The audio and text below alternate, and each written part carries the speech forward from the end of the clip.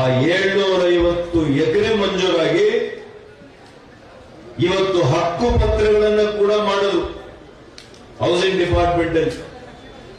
ಅದರಲ್ಲಿ ಏನಿದೆ ಅಂದ್ರೆ ಆ ಹಕ್ಕು ಪತ್ರದ ಒಂದು ಮುಖಪುಟದಲ್ಲಿ ಬಸವರಾಜ ಬೊಮ್ಮಾಯಿಯವರ ಒಂದು ಭಾವಚಿತ್ರ ಇದೆ. ಹೌಸಿಂಗ್ ಮಿನಿಸ್ಟರ್ ಆಗಿ ಬಿ ಸೋಮಣ್ಣವರ ಭಾವಚಿತ್ರ ಇದೆ. ಬಹುಶಃ ಕಂದಾಯ ಸಚಿವರು ಆಗಿದ್ದಂತ ಜಮೀನು ಮಂಜೂರು ಮಾಡಿಕೊಟ್ಟಂತ ಅಶೋಕ್ ಅಣ್ಣವರು ಭಾವಚಿತ್ರ ಇರಬಹುದು. ಅವತ್ತಿನ ಶಾಸಕ ಜಿಲ್ಲಾ ಉಸ್ತುವಾರಿ ಸಚಿವರಾಗಿ ಈ ಜಮೀನನ್ನ ಎಲ್ಲ ಮಾಡಿಸ್ಕೊಟ್ಟಿರುವಂತ ನನ್ನ ಭಾವಚಿತ್ರ ಇರ್ಬೋದು. ಇಷ್ಟೇ. ಇದು ಸರಿ ಇಲ್ವಂತಿ. ಈಗೆಲ್ಲ ಪತ್ರ ಬರೆದವರು ಜಿಲ್ಲಾಧಿಕಾರಿಗಳು. ನಾನು ಅದನ್ನೇ ನಮ್ಮ ವಿರೋಧ ಪಕ್ಷದ ನಾಯಕರಿಗೆ ಮನವಿ ಮಾಡಿದ್ದೇನೆ.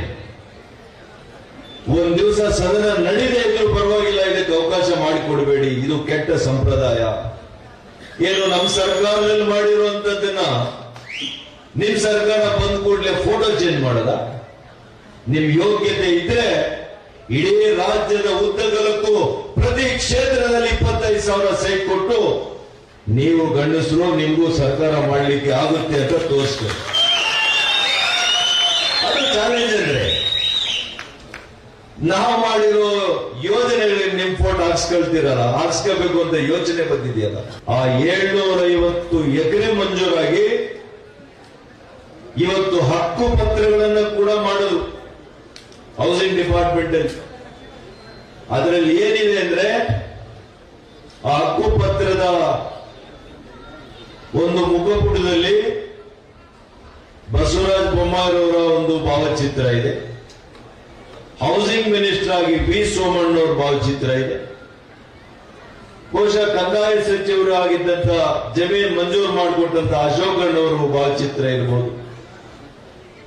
ಅವತ್ತಿನ ಶಾಸಕ ಜಿಲ್ಲಾ ಉಸ್ತುವಾರಿ ಸಚಿವರಾಗಿ ಈ ಜಮೀನನ್ನ ಎಲ್ಲ ಮಾಡಿಸ್ಕೊಟ್ಟಿರುವಂತ ನನ್ನ ಭಾವಚಿತ್ರ ಇರ್ಬೋದು. ಇಷ್ಟೇ. ಇದು ಸರಿ ಇಲ್ವಂತಿ. ಈಗೆಲ್ಲ ಪತ್ರ ಬರೆದವರು ಜಿಲ್ಲಾಧಿಕಾರಿಗಳು. ನಾನು ಅದನ್ನೇ ನಮ್ಮ ವಿರೋಧ ಪಕ್ಷದ ನಾಯಕರಿಗೆ ಮನವಿ ಮಾಡಿದ್ದೇನೆ.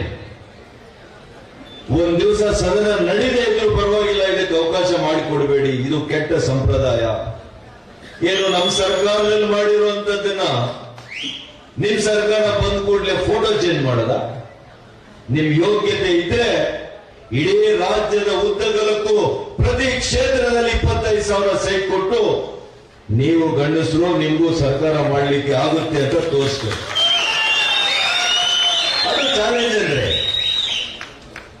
ನಾವು ಮಾಡಿರೋ ಯೋಜನೆಗಳಿಗೆ ನಿಮ್ ಫೋಟೋ ಹಾಕ್ಸ್ಕೊಳ್ತೀರಲ್ಲ, ಹಾಕ್ಸ್ಕೋಬೇಕು ಅಂತ ಯೋಚನೆ ಬಂದಿದೆಯಲ್ಲ. ಅದಕ್ಕೋಸ್ಕರ ಇದಕ್ಕೆ ಅವಕಾಶ ಕೊಡೋದಿಲ್ಲ.